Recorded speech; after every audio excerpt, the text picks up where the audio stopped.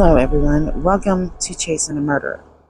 Today we are going to actually start talking about the possible, we hope, fact that we may have jury deliberations today. So the jury must come up with a verdict of whether the Doomsday Mom is guilty or will be acquitted. And there are several people worried that the prosecution didn't have enough hard evidence to put her behind bars for the rest of her life, which I'm not too worried about. Today has been a long time coming. This case has not only gripped Idaho or Arizona, it's gripped the whole world. The case had many people scratching their heads. How?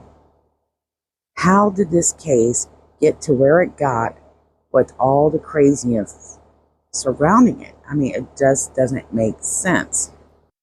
Lori Vallow and Chad Daybell, the Doomsday Prophets, are alleged killers. Nearly wiped out Lori's entire family. So, of three, basically, they hit her pretty hard, and his wife. And this was all done less than 5 months. It all began in the summer of 2019 when Lori Vallow's brother, Alex Cox, shot her husband, Charles Vallow.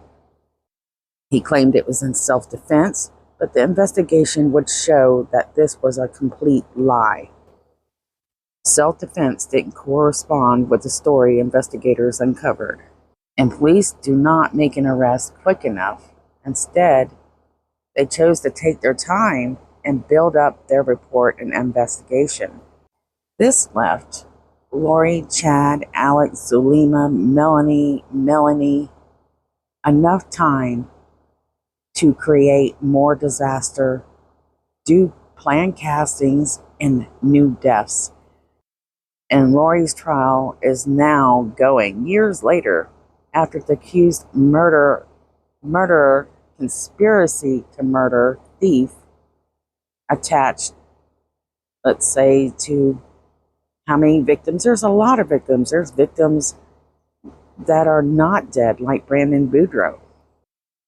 She sat in trial taking notes. We all know why she's taking notes. I think she planned to take the stand, and we'll talk about that shortly. But her defense talked her out of it. She wanted a speedy trial, and she got it. Witness after witness come forward to testify against Lori. Many of these testimonies were very heartbreaking and unbelievable. Many of the witnesses are part of this occult that belong to the Church of the Firstborn. Zulema, Melanie Gibb, there's several more. And we wonder, why are they not behind bars too? I mean, after all, they were supporting the zombie and dark spirit thing. If you're a dark zombie, we all know that you're basically been marked to die. So it's been a very long 20 days that prosecution set up their case. And though it is heartbreaking and shocking, the timeline of events and circumstances surrounding these deaths, most of the evidence included in this case was circumstantial, but it was very compelling enough to prove that Lori took part and knew about the conspired deaths attached to her and Chad. And it was just a day ago that the prosecutors finally rested. So that would be May 10th of 2023. So there's a lot of talk with Lori's defense because they said, we're not going to call any witnesses. We're going to arrest. Also, defense claimed that the state didn't prove their case. And so, guys, this is a lie. Don't worry about it. And I'll tell you why. Lori's had a few audio conversations, especially through the jail, with family members that more than put her in the place of confession. How? Well, she admitted that she knew what happened to the kids, basically, but no one understood what really happened. She doesn't deny the fact that she knows that the kids are no longer alive. Her lack of remorse and her demeanor playing victim is only going to work against her. So what did I think was the most compelling evidence against Lori Vallow? So a few of them was Aubrey. Aubrey's testifying that Lori threatened to take her life and chop her into little pieces. Well, it collaborates with kind of what happened with her own daughter, Tylee Ryan. And that was very devastating. Then you have the hair on the scene. I know that's not a huge case since JJ's around her every day, but it's on the tape, which means she would have been at the scene. One of the devastating testimonies was Lori told Aubrey that she watched one of these victims take their last breath. And then you have the jail phone calls with Lori's son, Colby Ryan, and her sister, Summer Shiflett. Those were very devastating to listen to, heartbreaking, because you could hear every single emotion them two are going through and how they're in denial and how they're realizing that the person that they love so much is not that person. And they're having a fight with themselves to understand that this is not the person they thought she was. I think for the jury, this is going to be one of the biggest factors in their decisions, along with the investigators, what they said they found when they went to Chad Daybell's property that day and how devastating it was. While the text messages do not exactly incriminate them, it definitely gives you an idea of their train of thought when these kids are gone. They know these kids are gone and they don't even care. And how they talked about they are tired of the kids and how, they were zombies. And things could have been so much better if Zulema and Melanie Gibb had been truthful. But they were not. And for me, I believe in karma, so karma is going to come get them. Okay, so let's kind of go through some of this audio. So Colby Ryan finds out that his siblings are no longer alive, which was suspected by investigators and other people all along. But for Colby, this was the last thing he thought his mother would do. And to do it in Jesus Christ's name on top of that, well, this was very hard for him to understand. So Colby finds out that his siblings were on Chad Daybell's property, and he wants his mother to tell him that she did this for Christ.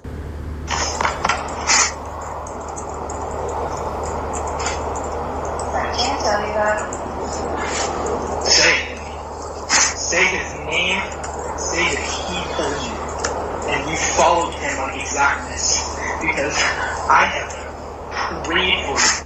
I sat there and tried my best to forgive you and Chad and Alex.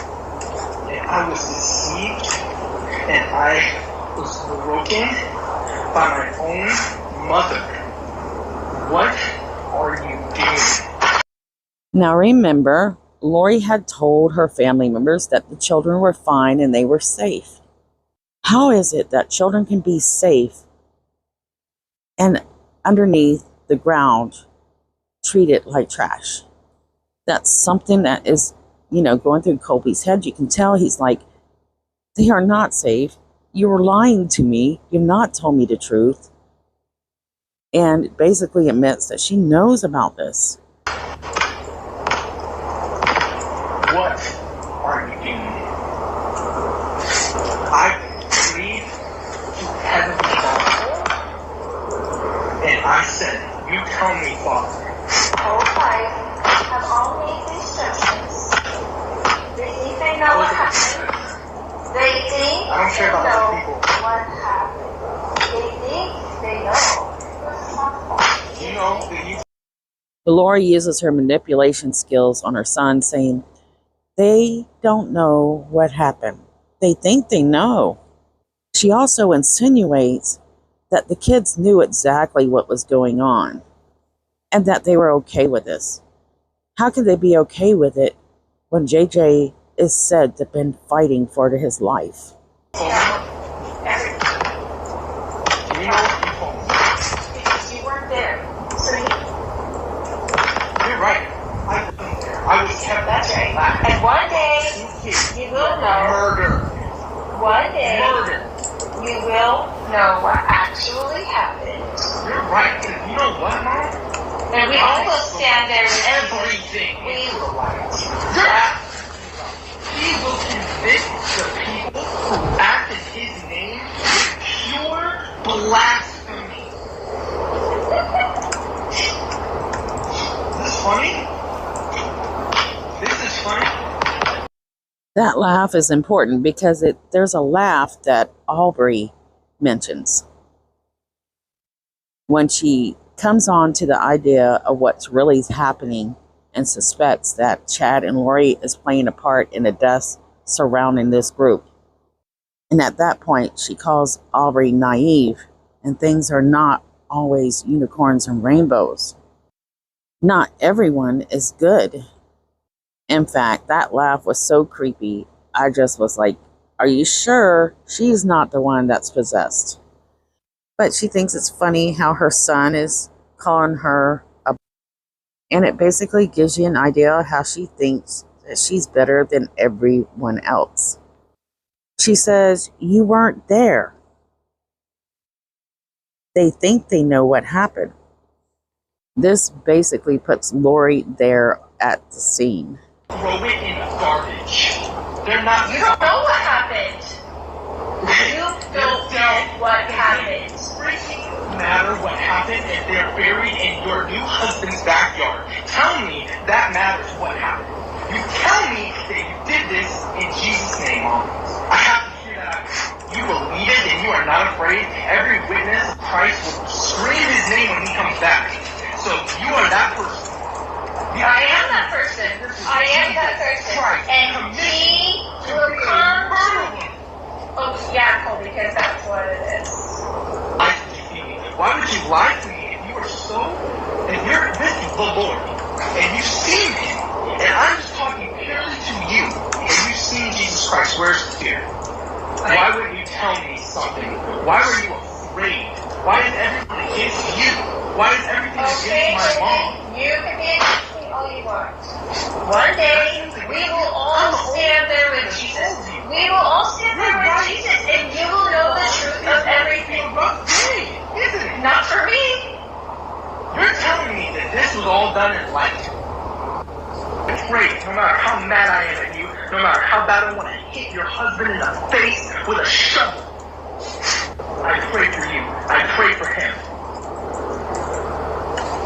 You ripped my heart out, and you ripped out everyone in this family's heart out. I'm going to be in Idaho. So, I mean, they really believe she's responsible for this. So it's very compelling evidence, I think. Now, remember, there was a point in this case where Lori Vallow, her and Chad are living in their own little world. They're cutting everybody off. And whoever's not supporting her 100%, she's shunning, saying that, you know, they're dark, they turn against her. And Summer was not dark for a long time, and not until close to the end. She really, I mean, it just tells you how quick that she could turn on somebody and how she didn't have any bond or connection with all these people like they thought she did. It seemed like to me that her family was always just a tool for her. Hey, Sonny. Hi. How are you? Not good. And how are you? Not good. Immediately, you can hear Summer's pain. And Lori hears this pain, and immediately she's like, you can tell, this is me. This is about me, not you. I'm the one that's not good. So she likes to be the victim. Summer had just got through fighting tooth and nail for her sister's character, and she truly believed that her sister is not capable of doing these awful things. Well, they find the kids in Lori's lover's backyard, and they're no longer alive. And Summer is truly Tylee Ryan's advocate. Summer loved those kids, especially Tylee. And she's smart enough to know that the kids have been missing since September. And here she is, months and months later. Lori hasn't seen her kids, so she knows. She knows that her kids have been missing, but has said nothing. I just don't know what to say. I don't know what anybody knows. I've been in isolation for 2 weeks, so I don't know anything that's going on. I haven't talked to anyone. Well, they know that they found Tylee buried in a pet cemetery and Gingy buried on Chad's backyard. And we don't understand how that happened or why. Can you tell us?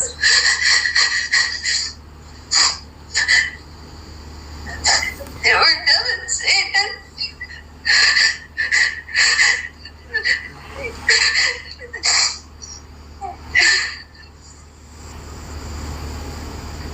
Did you know they were there?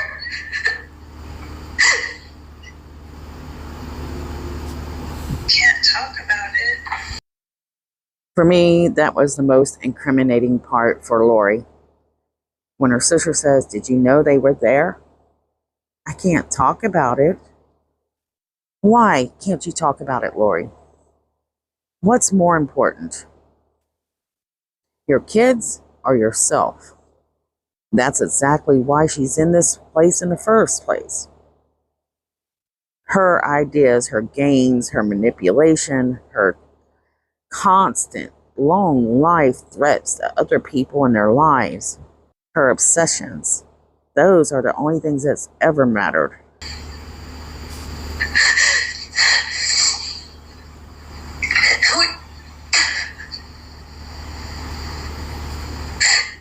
I don't know what to say, Lori. I mean, you know how much I love you and Alex. It's sick to my stomach. I didn't think anything would, you would ever let anything happen to the kids and just let them be thrown away like garbage. I can't take it that you would let this. It's too painful. That's all I want to play on this, because Summer goes a lot. I mean, she's going through so much emotion in this audio. So much. And she's really having trouble dealing with believing that her sister was capable of doing something so horrible. But Lori has admitted in 2 videos she was aware of where her kids were, basically, but she just can't talk about it. The whole world is delusioned. She is the only one that knows the truth and understands it. Why can't she talk about it while she believes? You gotta remember, she has convinced herself since she was younger. And whatever she's trying to make herself believe, so that whatever she's doing at that time is okay under God's, God supports it. She's always had this strong will to want to have fun and do things that other people do, but are not accepted through the Mormon church. And she's always been interested in boys, but she had a lot of difficulty with being able to chase her needs and her wants, because you couldn't have intimate relationships with people until you were married. And Lori wanted to follow that rule, but not really. She wants to manipulate the rules to fit what she wants. And that's exactly what she did with her own children, her husband, and Chad Daybell's wife. So let's talk a little bit about the defense. A lot of people are like, why isn't the defense calling any witnesses? Because it would hurt their case. There's not one person on her side.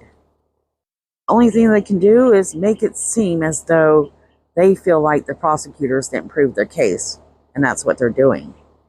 A lot of people were thinking Lori would take the stand, and probably she took all those notes so that she could go up there and make herself look like a victim to everything that was said in that trial. Somehow, they kept her off the stand. That's my personal thoughts. But the truth is, if you were to call a witness up, are they going to call Summer? Well, prosecution's going to be able to ask questions too. If defense isn't careful, well, he can make it worse. They know that it was best just to rest and not have witnesses. That's their only chance that they have left. So, guys, share what you think below. I'm going to go ahead and close out now. And I will be keeping up with this along with you guys. And fingers crossed. She will be guilty on all charges. Justice for them all. Love you guys. See you guys soon.